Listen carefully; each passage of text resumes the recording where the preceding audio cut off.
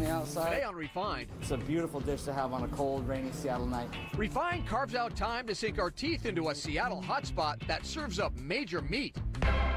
Then, I've only made it down once for Bumbershoot, is it called? The music festival? yes, the star of the hit medical drama The Good Doctor talks Seattle, scalpels, and the set with Refined. Plus, I've got star cookies here because, you know, I'm rooting for A Star is Born. the Academy Award party tips that will surely take home Oscar gold. Seattle Refined starts now!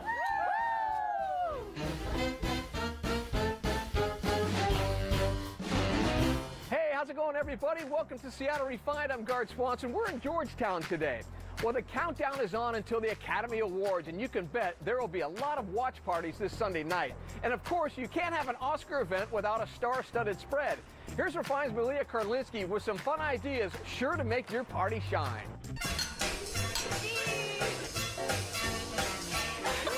Forget about fancy clothes and gourmet grub. Jenny Keller says keep it simple. For a great Academy Awards party, you need great food, great cookies, and great friends. The author and owner of Jenny Cookies spilled her secrets on throwing a lovely, laid-back Oscar soiree. Cheers! Cheers. Thanks for having us to your Academy Awards party. Of course. So what are you doing here? I'm going to make a charcuterie. I always start with the cheeses, and I'll just kind of cut them up into smaller pieces and then spread them sporadically around the board. Okay, Jenny, once you got your cheese under control, Yes. what's your next step?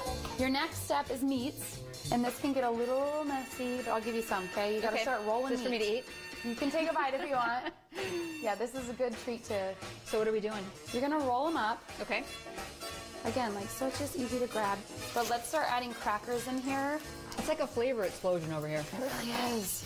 And then we need to add fruit. All right, so we have meats and cheeses and fruits, and now we're gonna add nuts. Nuts are kind of like the sprinkles on a charcuterie board. So just little touches to make it special. So cute. It's so cute. Look what we made. It's beautiful. In like 3 minutes. I love it. And we're getting into the sweet. Yes, because we have to have dessert, always. I'm gonna make a charcuterie board. Charcuterie, I love it. First, she added dips in small bowls. Then kind of place them sporadically around your board. And then you put in the cookies? Yeah. These right here are, they're like a brownie crisp. You've got different tastes going on here. You've got something kind of plain, something chocolatey. Yes. I've got star cookies here because, you know, I'm rooting for A Star is Born. Why don't you do some Nilla wafers?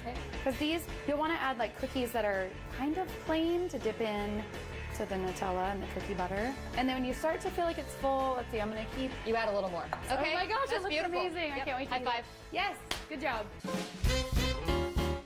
Cookie time. So now we get to the cookies, and you've made these beautiful Academy Award cookies. How did you do it? So it's really easy to do. You just pull a template online Okay. of the award, and then you're just going to hand cut it with like a paring knife, bake it, and then I'm going to show you how to decorate it. Really easy. Anybody can do this. Okay, so cute. Show me how you do it. Okay, grab your piping bag. Okay. And you're going to hold it in your dominant hand. You're right-handed, right? Yep. And then you're just going to outline your cookie. You can start wherever you want.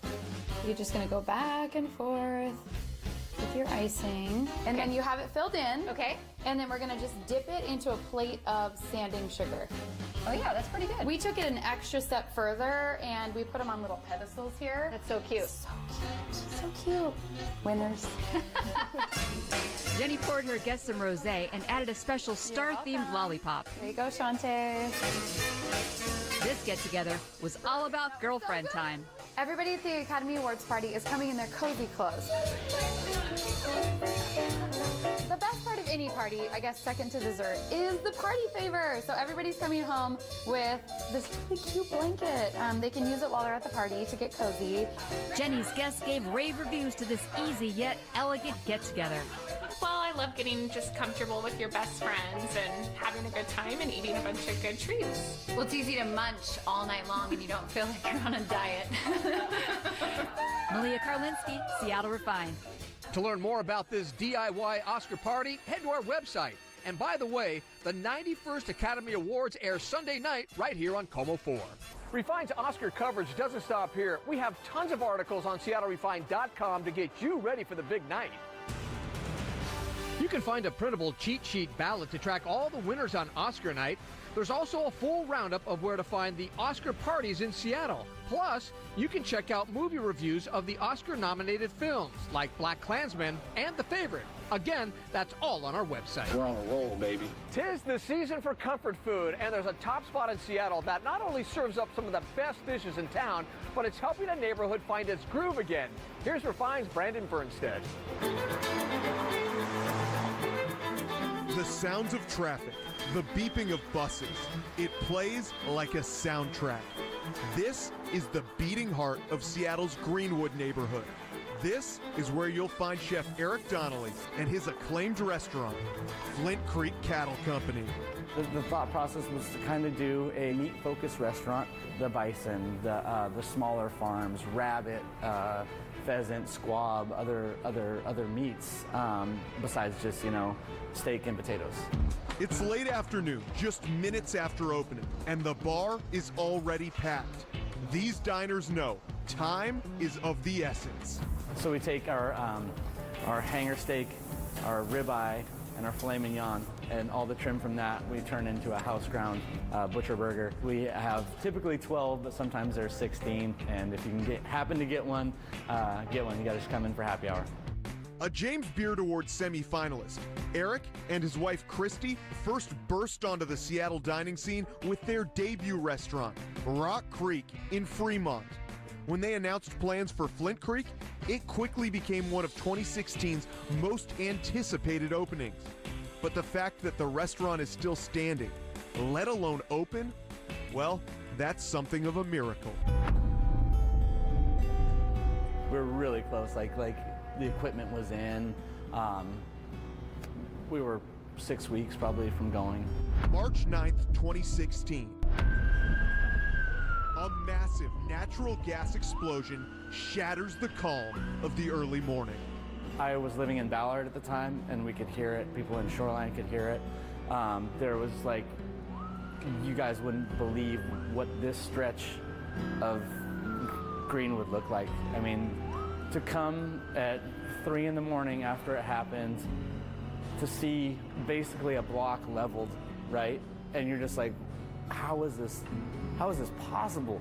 But man, it got real so fast. And when I came over here, this whole neighborhood was just roped off, and I just said, hey, I was like, just let me see the building. I just need to know where we're at, right? Because I'm thinking it's not here. The Donnellys were among the fortunate ones. Flint Creek survived, saved by recently installed seismic bracing, but the damage was significant. The rebuild took more than half a year, but it was made easier by the support they received from the community. And we became friends with so many people that were instant customers, right? And they were so excited that we were able to, get done, get open, make them drinks, and that people could enjoy the space. It was really cool. Now Flint Creek is a dining destination while remaining a uniquely neighborhood spot. And that's due in large part to the food, like their grilled acorn squash with burrata. And some nights I feel like there's one of these on every table in the restaurant, which is cool. We do double cut pork chop, we brine them, and a little bit of cider vinegar, mustard, peppercorns, and bay leaf, which gives it this kind of look on the outside. But when we cook it, it caramelizes up and gets this nice, beautiful, kind of almost candied effect on the outside. This dish gets plated over a nice pool of these really beautiful, cheesy heirloom grits, some caramelized cabbage, and a little bit of New Orleans-style red-eye gravy. Whoa, this is a flavor ball. This is insane. The perfectly cooked food is part of Flint Creek's appeal, but on this bustling intersection, where even now the rebuild continues, this restaurant also provides an escape from the frantic pace of city life. Once you hit the door here, that beeping bus and all of that stuff, right, just disappears. For Seattle Refined, I'm Brandon Bernstead. To learn more about Flint Creek Cattle Company, head to our website. Seattle Refined is just getting started.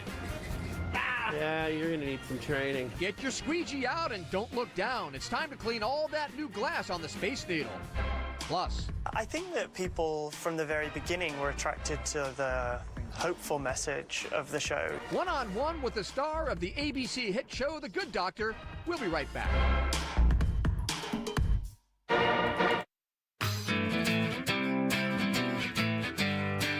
After Refined, I'm Guard Swanson. We'll call it the best medicine. Fans can't seem to get enough of that hit ABC medical drama, The Good Doctor.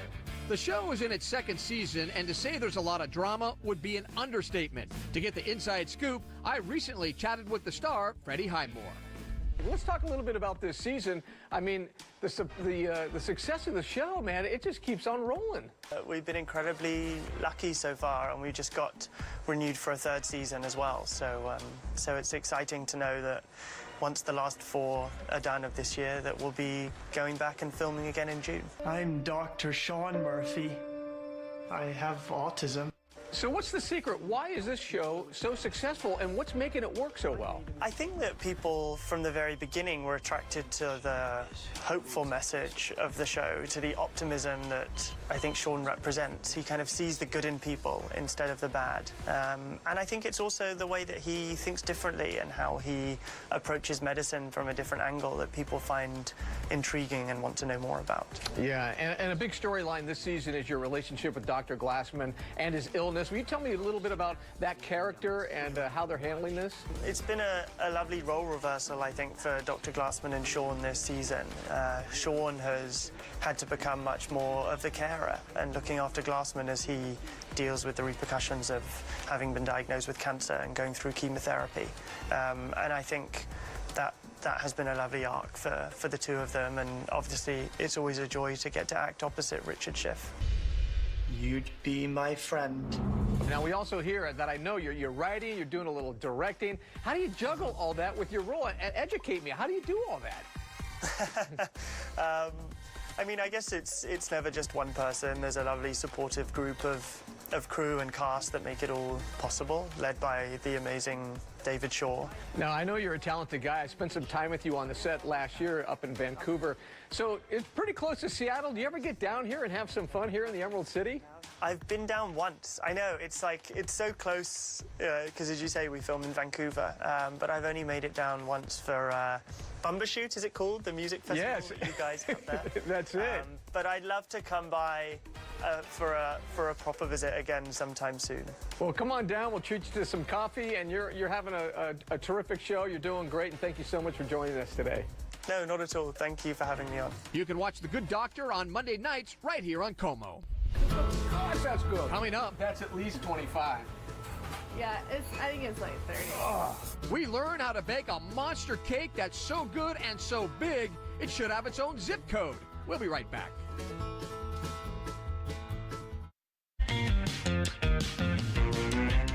Welcome back to the show. I'm Guard Swanson. You know, most of us know the Space Needle just completed a major renovation, adding tons of new glass panels and a glass floor in the restaurant. It's a super addition to the iconic building. Only problem, someone needs to keep everything smudge-free. Here's Refined's John Prentice. You might have heard already that the Space Needle got a spacelift with super clear glass almost everywhere, even the floor. Is my tie straight? No, it's not. Yeah, please do. Alan is a helpful guy. Thank you. He's also the lead designer for the Space Needle's new look. The Space Needle had asked us to completely rethink the visitor experience for the next 50 years. So we started to take away walls and security cages, and we even peeled up the floor, and we replaced everything with glass. So I gotta say, the view with all this glass is beautiful, but someone's gotta clean it. It's true, and there's a special team that's cleaning it all the time. So it's not you, you're not cleaning the glass? I'm personally not cleaning the glass. But I am. For how long? That remains to be determined. Now this. Space Needle lead glass cleaner Paul Best is showing me the ropes. So you guys are looking for glass cleaners, right? We are. It's a big job. I mean, we have 20,000 square feet of glass to clean every morning. He says keeping the view clear for guests takes finesse. This job interview isn't going well. Step one for cleaning or recleaning this glass is mopping on a generous helping of custom Halo cleaning solution. Paul says the windows here have a special UV coating that doesn't respond well to harsh chemicals. And so far, these panes don't like me either. Yeah, you're gonna need some training. All right, Paul, I think it's pretty clear that I have no business cleaning that glass over there, but what about this stuff? Let's try this. This is the barrier glass. It's 11 feet high, weighs 2,300 pounds, a little over a ton. We have 48 of them. It takes us approximately an hour, hour and a half to clean the interior. Paul says cleaning the outside of these windows currently involves ropes, harnesses, and dangling more than 500 feet above the ground. But we're actually in the process of looking into a prototype window machine. It's never been created before. Like a robot? Kind of like a robot, yeah. A robot. Wash the windows. Wash the windows.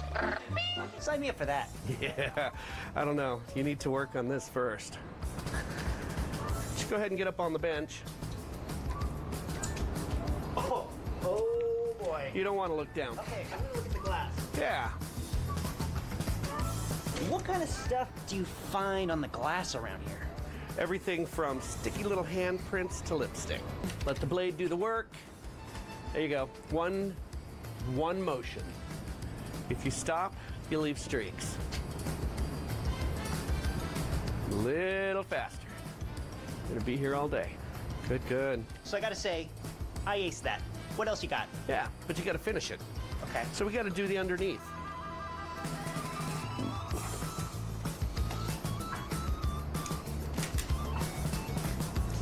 There you go. Watch your head. now that the observation deck, windows, and benches are clean, time to move inside. How on earth do you keep a glass floor clean? We have a small machine. It kind of looks like a Zamboni, but it's kind of like a giant wet vacuum. How do you keep it from getting scratched with all that dirt and so forth? We actually have a scuff plate that's been installed on each single pane, and that basically will protect this glass. Is that like a screen protector on your phone? Exactly. All right, Paul, that machine is really cool. I really want to take it for a spin. You know, I think you need a little bit more training, so we're going to have you do a little hands-on on the glass floor. Keep going. How long do I keep this up? Until you're done. When is that? I'm going to take a break. I'll check back on you a little bit. Okay. Yeah. John Prentice, Seattle Refined. To check out that story again, head to our website. We'll be right back.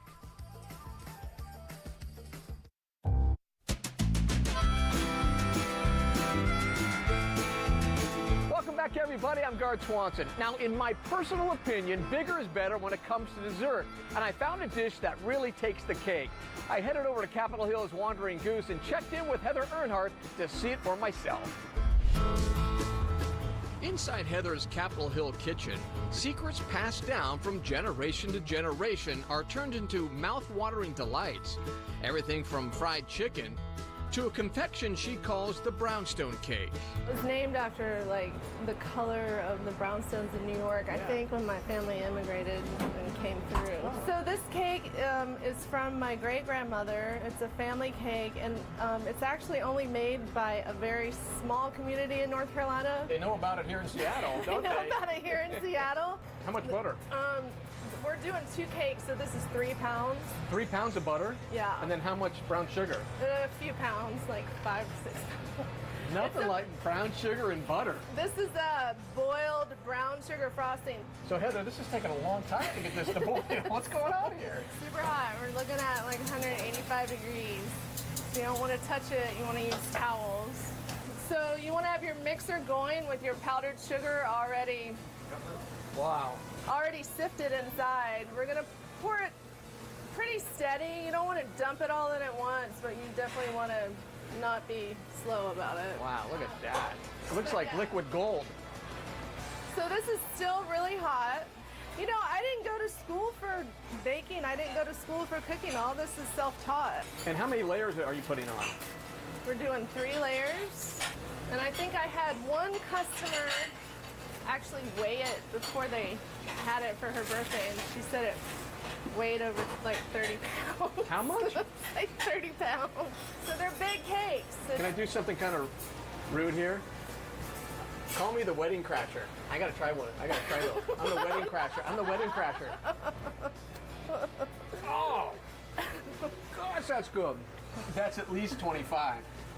Yeah, I think it's like 30. Oh. All right, that's going to do for today's show. I'm Guard Swanson. Again, thank you so much for joining us. We'll see you next time, right back here on Seattle Refined.